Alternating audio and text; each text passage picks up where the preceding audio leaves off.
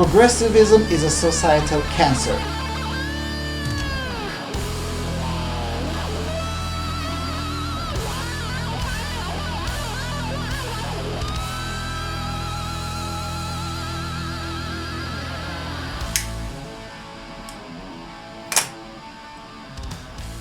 Oh, hi there. Welcome to the Freedom Alternative. Last Thursday, it was announced that the most popular political party at this moment in Sweden is the Sweden Democrats, which is essentially the boogeyman of both the Swedish and the English language cathedral media.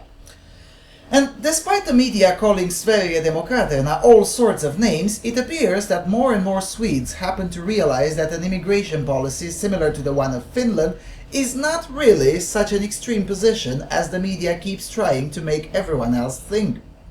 Now, mind you, SD is still at the end of the day a political party. As such, it's as far from perfect as it can be. So I'm not going to stay here and say that, oh, but SD is these salving aging angels and they're gonna solve everything. No, none of that. Because, you know, on economics, for instance, SD is actually slightly to the left of the moderate party, although it's definitely to the right of most of the rest of the establishment parties in the Swedish kingdom. But hey, no one's perfect, and most certainly not a political party. On the other hand, this party has been subjected to levels of chicanery by the Swedish establishment that can only be compared to the late 1940s Eastern Europe, when the Soviet Union was trying to establish itself as the de facto ruler through various proxy parties in the area. For instance, this political party has had political ads banned from the public space. One example of such ad you can see in the low bar, and you don't need to speak Swedish to understand that particular ad. It's pretty self-explanatory. I think everything you need to know is that invandrare means immigrants. Everything else is actually quite self-explanatory. More to the point, SD has also been subjected multiple times to various sorts of boycotts from the rest of the parties. Allegedly in opposition to each other, for instance, the mainstream right wing and the mainstream left wing made an official pact not to speak about immigration, just so they can block SD from forwarding any sort of policy that would bring an ounce of sanity into Sweden's insane immigration policies. Now, my friends in Sweden also tell me that it is indeed quite hard to meet someone in real life that would casually admit for voting for the Sweden's Democrats. Yet obviously more and more people do in fact vote for them, as their popularity has been steadily growing from 5 point something percent in the 2 governments ago to 12 point something percent now in the parliament, and now in the polls to actually lead the popularity contest.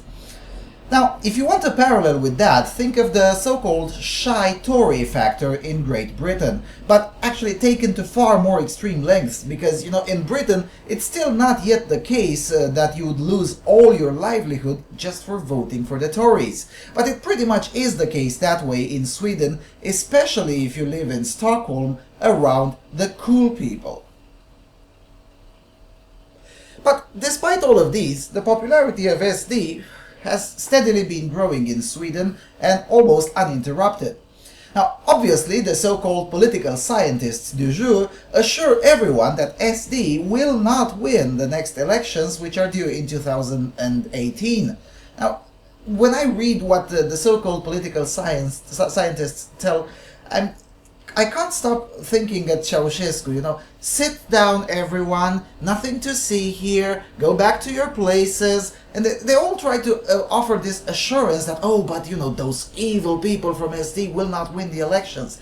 How the hell do they even know? Do they just assume that things will magically get better and thus there will be no reason to support an anti-immigrationist party?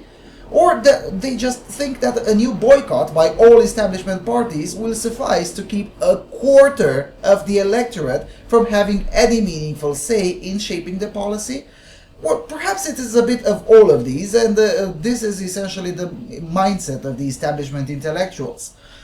But the bigger question is whether Sweden can indeed wake up and start turning the tide at least a little bit, or whether this is already too little and too late.